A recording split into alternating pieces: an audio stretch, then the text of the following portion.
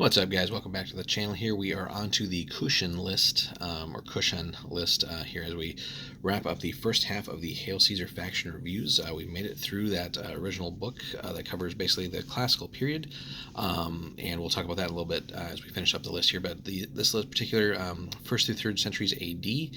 So again, we're firmly leaving sort of the BC and old classical period behind here as we start getting into early, mid, and late Roman Empire times, and other lists that or other factions that are of that time period, but just in different areas as well. So here are things to look at. So the Indo-Scythians, Kujala, Katfishes, I think, or however you pronounce that, Kanishka, Gandhara. There's other things to look at there. So this is another one of those that's a little bit off the beaten path, but could be fun to collect and field as well. So just because again, it certainly plays differently than a lot of other things, and also is probably one that your opponent isn't going to know what to deal with, at least initially either. So in contrast to a lot of our recent lists, this is more of a cavalry list than infantry. So the cavalry has to be at least half the army, and then infantry could be 25% or more. So you could have a 50-50 mix here, but this list has also let you field elephants as well, but we'll get into that in a second. Of the cavalry, at least half have to be horse archers. On our infantry side, again, quarter or more, just not skirmishers or anything like that.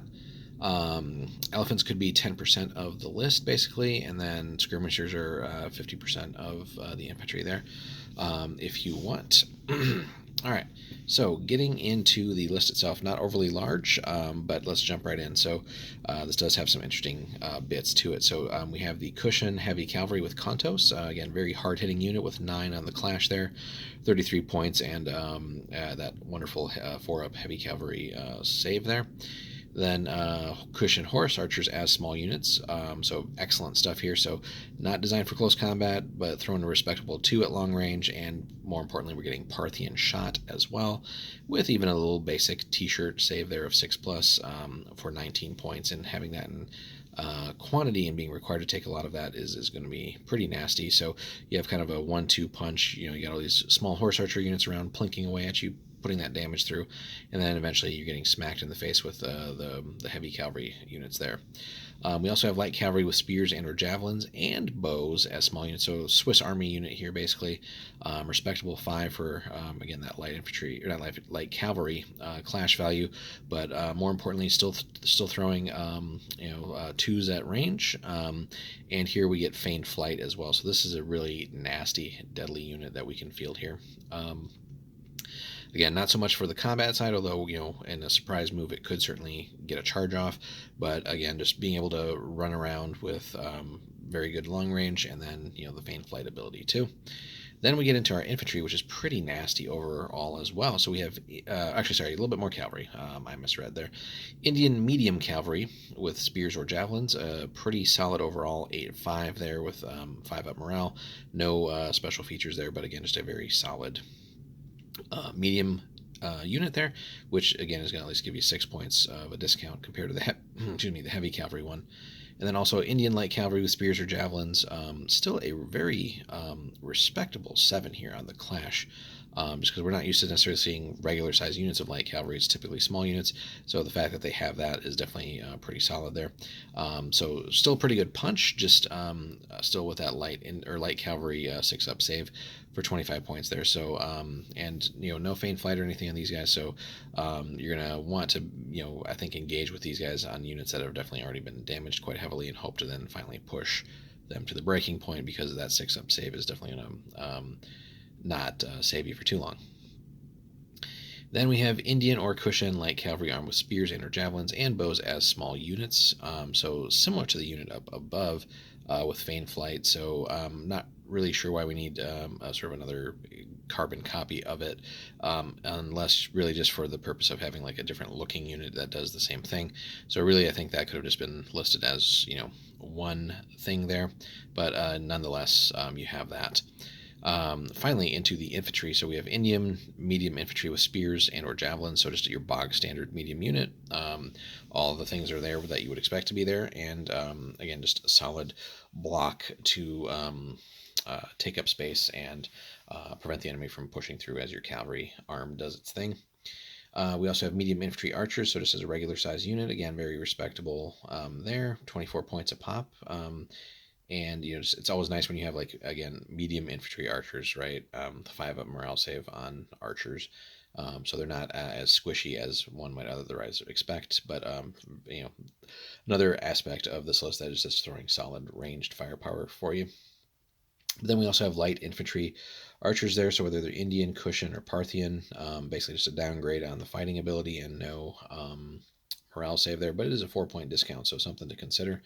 And we could then further reduce them into small archer units as well for basically then 14 points a pop. So again, all kinds of options there to just pepper the enemy with long range firepower. So definitely something this list excels at.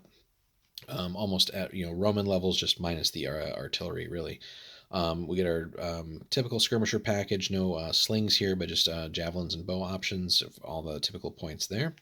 And then lastly, our elephant unit here. So again, 10% of the list if we want it to be, but elephant with crew armed with spears, javelins, and bows, and again, 24 points a pop on those guys. And then we have another sort of subunit of skirmishers available here. So basically, skirmisher, small units of javelins that can basically be the subunit for the elephants there, just to buff those out a little bit. So gives you an interesting look for those. And then that's all backed up with basically leadership 8 across the board there. So a fun list overall, and again, just something that would be interesting certainly to collect. Definitely gonna have to work on getting access to those kind of models to really represent that well.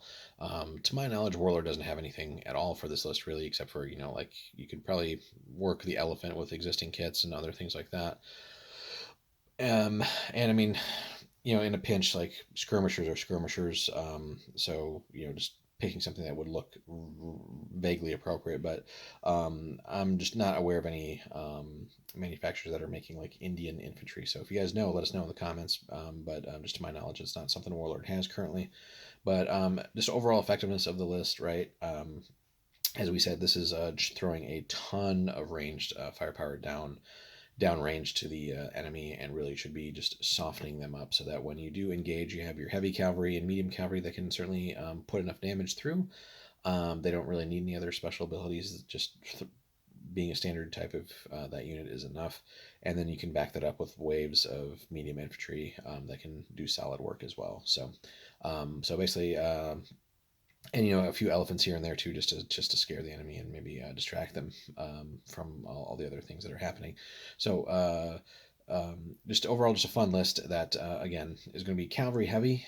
So you're going to have to manage a lot of moving pieces here and figure out how to best combine your cavalry elements with again sort of that hit and run style with all your mobile archer units there, then with your infantry arm of the list.